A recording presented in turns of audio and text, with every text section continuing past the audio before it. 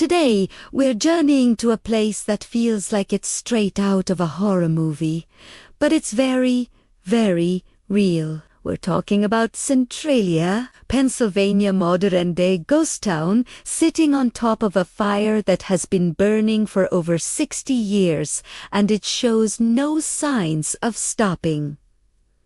How did this happen? What's it like there today? Let's dig in. Picture this.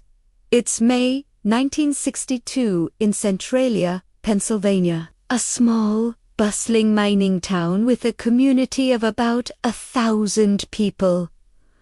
Life is normal. Kids are playing, families are growing, and the coal mines that fuel the town's economy are humming along. But on May 27th, something happens that will change Centralia forever. It all started innocently enough. The local fire department was hired to clean up the town landfill, a common practice back then.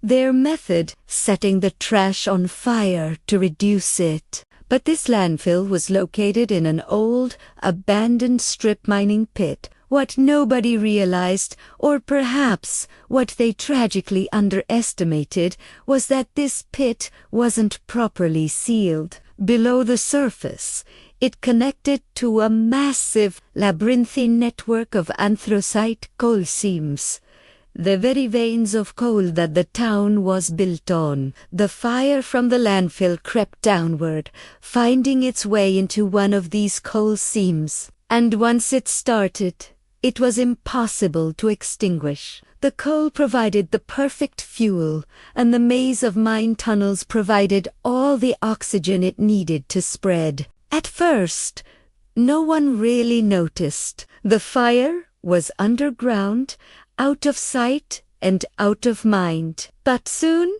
strange things started happening. Residents began complaining about a foul, sulfurous smell. People started feeling sick, reporting headaches and dizziness. The culprit was carbon monoxide and other toxic gases seeping up from the smoldering earth and into their basements. The underground inferno was silently poisoning the town from below. The situation escalated dramatically in the early 1980s. A gas station owner had to close his business after discovering the gasoline in his underground tanks was heated to a terrifying 172 degrees Fahrenheit, or about 78 Celsius. Then, in 1981, the ground literally opened up. A 12-year-old boy named Todd Domboski was playing in his grandmother's backyard when a sinkhole 4 feet wide and 150 feet deep suddenly appeared beneath him. He was saved only because he managed to grab onto a tree root as the ground gave way, screaming for help until his cousin pulled him out. A plume of hot steam and lethal gas billowed from the hole. This incident was the final wake-up call. It became clear that living in Centralia was no longer just unpleasant. It was deadly. The ground was unstable, filled with hidden voids and cracks that could swallow a person whole. The air was toxic. The very foundation of the town was being consumed by an unstoppable fire. The government finally stepped in, realizing the scale of the disaster. In 1982, Congress allocated more than $42 million to relocate the residents of Centralia. It was a heartbreaking decision for many. Families who had lived there for generations were forced to abandon their homes, their memories, and their community. The government used eminent domain, essentially buying out every property to encourage people to leave. By 1992, most of the town had been evacuated, and the buildings were demolished to prevent people from returning. The town's zip code was even revoked in 2002. Centralia was being systematically erased from the map. So what does Centralia look like today? It's an eerie, desolate landscape. Where streets lined with houses once stood, there are now just overgrown fields and empty grids of pavement. Smoke and steam still snake up from fissures in the earth, a constant reminder of the fire raging below. In the winter, the snow melts in strange, patchy patterns on the ground, revealing the hot spots where the underground temperatures are highest. For years, one of the most iconic symbols of Centralia was the graffiti highway. This was a stretch of the abandoned Route 61 that had become warped and cracked by the heat. Over the decades, visitors covered every inch of it with colorful and sometimes haunting graffiti. It became a strange tourist attraction, a vibrant canvas of art laid over a scene of slow-motion destruction. Unfortunately, in 2020, the owners of the land decided to cover the highway with dirt to deter trespassers, burying this unique piece of Centralia's legacy.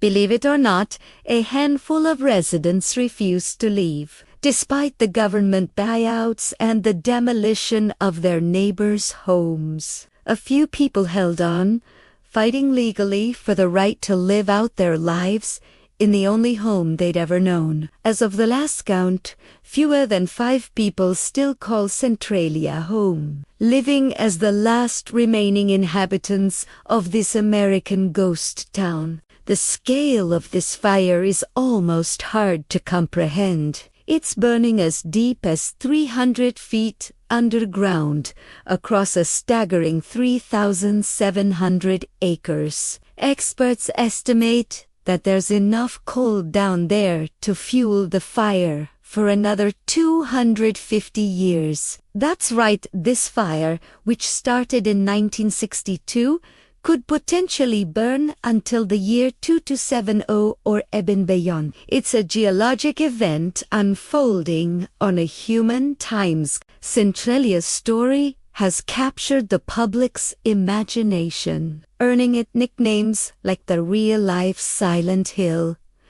And there's truth to that. The creators of the Silent Hill video game and movie have confirmed that the foggy, desolate, and Appalachian town in their stories was directly inspired by Centralia. The idea of a town consumed by an ever-burning fire with smoke rising from the streets is a powerful and terrifying image that came directly from this real-world disaster. Beyond its pop culture fame, Centralia serves as a powerful and cautionary tale. It's a story about the unforeseen consequences of our actions and the immense power of nature. A seemingly small mistake, a trash fire in the wrong place, spiraled into an environmental catastrophe that wiped an entire town off the face of the earth. It highlights the dangers of industrial activity,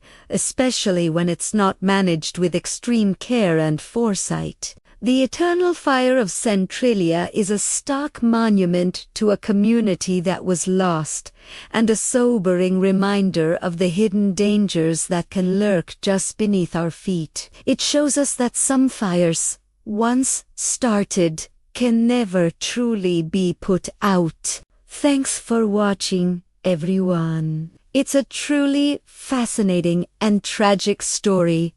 What do you think about Centralia? Have you ever heard of it before? Let me know in the comments below. And if you found this story as captivating as I did, don't forget to hit that like button and subscribe for more deep dives into the world's most mysterious places. See you next time.